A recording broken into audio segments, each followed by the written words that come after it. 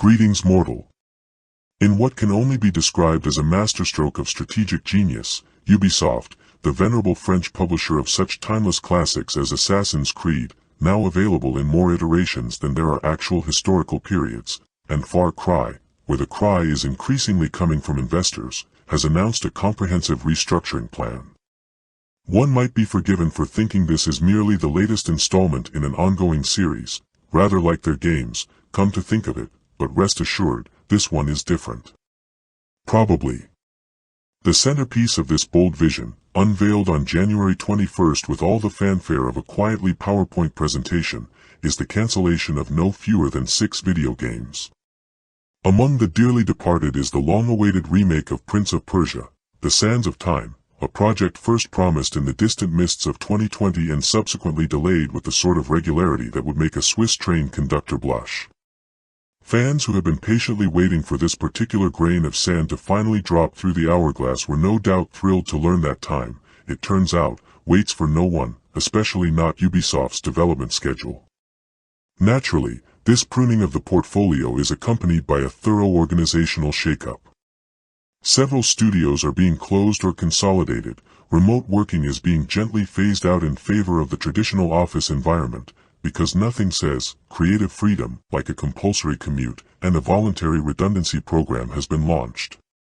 Ubisoft, ever considerate, is hoping that around 200 employees at its Paris headquarters will kindly agree to leave of their own accord, thus sparing management the tiresome business of actual layoffs. How terribly civilized. The financial markets, those bastions of measured optimism, responded with characteristic enthusiasm. Shares in the company promptly plummeted by approximately 34 to 40%, reaching levels not seen since the halcyon days when people still believed NFTs were the future of gaming. Analysts, in their customary understated fashion, described the drop as significant. One imagines the Guillemot family, who founded the company back when video games were still considered a mildly eccentric hobby, watched the ticker tape with the serene composure of men who have seen this sort of thing before. Not content with merely trimming the fat, Ubisoft has also restructured itself into 5 new, creative houses, a term that evokes images of artistic communes rather than a multinational corporation desperately trying to justify its existence. These houses will presumably focus on producing the sort of innovative, groundbreaking titles for which the company is renowned, open-world games with towers to climb, collectibles to hoard, and season passes to purchase. One house appears dedicated to Assassin's Creed, ensuring that fans will never want for another entry in the series, while others will handle such perennial favorites as Rainbow Six and Ghost Recon. Efficiency, thy name is Subdivision. Meanwhile, in a delightful subplot, 5 French trade unions have responded to these developments by calling for a 3-day international strike in February. Workers, it seems, are somewhat less enamored with the new direction than management might have hoped. Complaints include the abrupt end to remote working, studio closures, project cancellations, and a general sense that employees are being treated rather shabbily while executives continue to draw salaries that could fund several small nations. Ubisoft, naturally, has expressed surprise at this reaction, having apparently assumed that gratitude would be the predominant emotion. This latest chapter in Ubisoft's ongoing saga of excellence comes hard on the heels of previous triumphs. Who could forget the resounding success of Skull and Bones, proudly proclaimed a Quad-A title before sailing gracefully into the doldrums of public indifference? Or Star Wars Outlaws, which managed to underwhelm both critics and players with equal aplomb?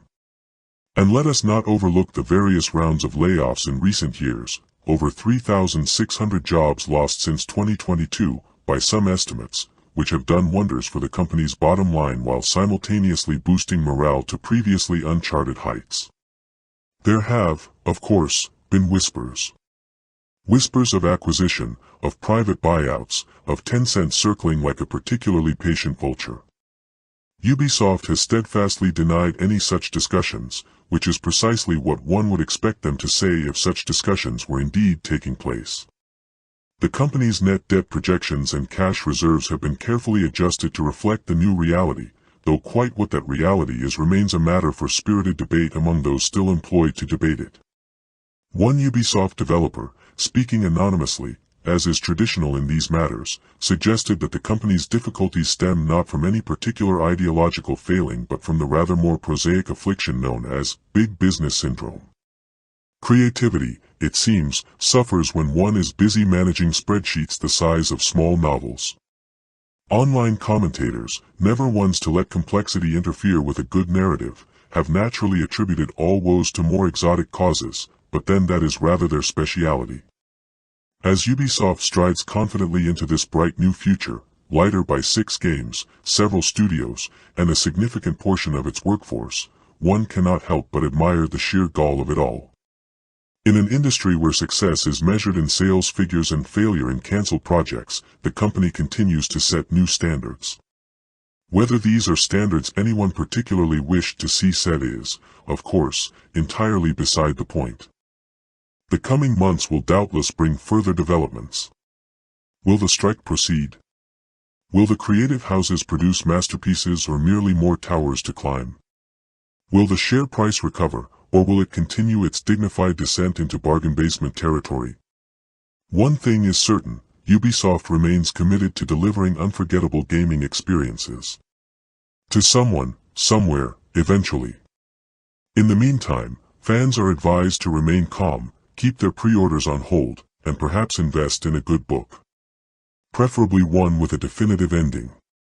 This is your humble servant the Nerd Reaper, and I put the grim gaming takes in the bag.